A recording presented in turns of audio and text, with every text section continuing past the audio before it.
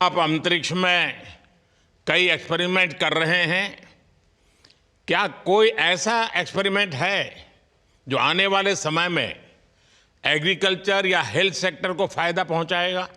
जी प्रधानमंत्री जी, मैं बहुत गर्व से कह सकता हूं कि पहली बार भारतीय वैज्ञानिकों ने 7 यूनिक एक्सपेरिमेंट्स डिज़ाइन किए जो कि मैं अपने साथ स्टेशन पे लेके आया हूं।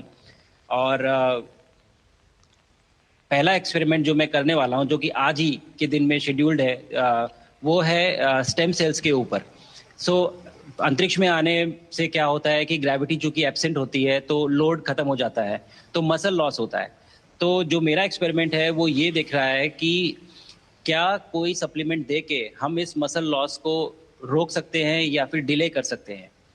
इसका डायरेक्ट इम्प्लीकेशन धरती पे भी है कि जिन लोगों का मसल लॉस होता है ओल्ड एज की वजह से, तो उनके ऊपर ये सप्लीमेंट्स यूज़ किए जा सकते हैं। तो मुझे लगता है कि ये डेफिनेटली वहाँ यूज़ हो सकता है।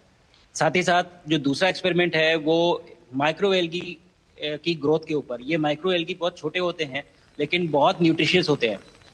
तो अगर हम इनकी ग्रोथ देख सकते हैं यहाँ पे और ऐसा प्रोसेस इजाद करें कि ये ज़्यादा तादाद में हम इन्हें उगा सकें और न्यूट्रिशन हम प्रोवाइड कर सकें, तो कहीं ना कहीं ये फूड सिक्योरिटी के लिए भी बहुत काम आएगा धरती के ऊपर।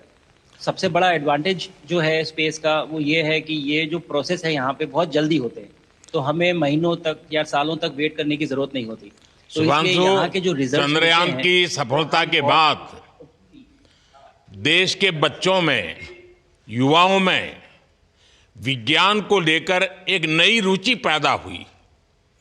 अंतरिक्ष को एक्सप्लोर करने का जज्बा बढ़ा।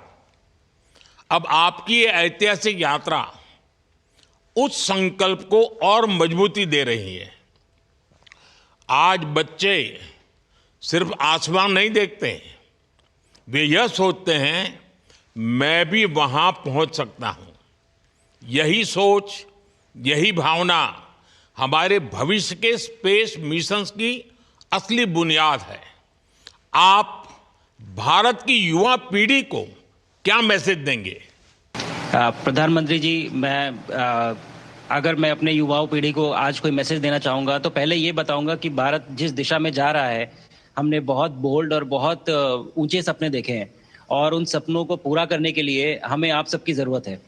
तो उस ज़रूरत को पूरा करने के लिए मैं ये कहूँगा कि सक्सेस का कोई एक रास्ता नहीं होता कि आप कभी कोई एक रास्ता लेता है, कोई दूसरा रास्ता लेता है। लेकिन एक चीज़ जो हर रास्ते में कॉमन होती है वो ये होती है कि आप कभी कोशिश मत छोड़िए, नेवर स्टॉप ट्राइंग। अगर आपने ये मूल मंत्र अपना लिया कि आप किसी भी रास्ते पे हो, कहीं पे भी हो, लेकिन आप कभी गिव अप नहीं करेंगे, तो सक्सेस चाहे आज आए या कल आए पर आएगी जरूर। मुझे पक्का विश्वास है कि आपकी ये बातें देश के युवाओं को बहुत ही अच्छी लगेगी।